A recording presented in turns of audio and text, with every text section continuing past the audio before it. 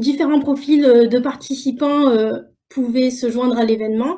Des personnes qui avaient déjà des connaissances en bioinformatique, comme par exemple des étudiants à la maîtrise en bioinformatique, mais aussi des personnes qui n'avaient jamais programmé avant de se lancer dans le défi, comme par exemple des étudiants à la maîtrise en biochimie.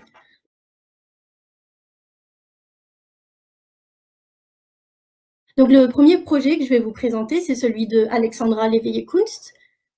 Donc, en tant qu'étudiante de biochimie, elle n'avait jamais, programmé.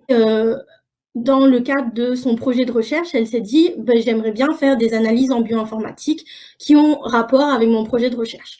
Donc, spécifiquement, elle travaille, sur, des protéines qui sont des ligases de type RTCB et elle voulait savoir à quel groupe phylogénétique ces protéines appartenaient.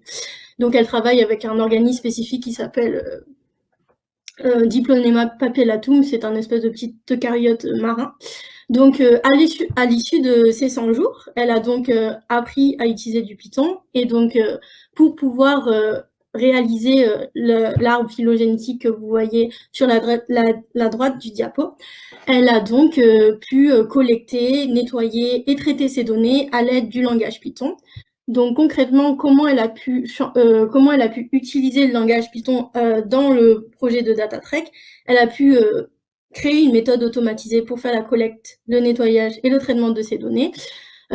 Après le premier jour où nous avons donné différents workshops d'initiation à la programmation, elle a été capable d'aller chercher les différentes bibliothèques qui lui ont permis de lire ces fichiers, de les nettoyer et de les traiter, et ensuite de manipuler les différents objets de type séquence au sein de son code. Puis elle a pu également se familiariser avec beaucoup d'outils qui lui ont permis du coup de répondre à sa question. Dans un autre registre, puisque là c'était un projet très sur de la recherche fondamentale, on a d'autres étudiants qui se sont dit nous, on a envie d'en apprendre plus sur le machine learning.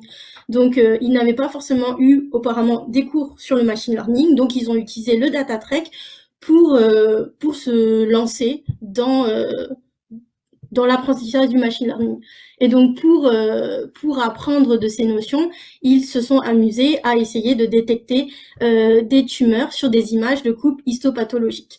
Donc, grâce à ce projet, ils ont pu se familiariser avec des outils comme PyTorch ou Keras qui leur ont donc permis de créer un modèle de deep learning pour pouvoir justement identifier les tumeurs.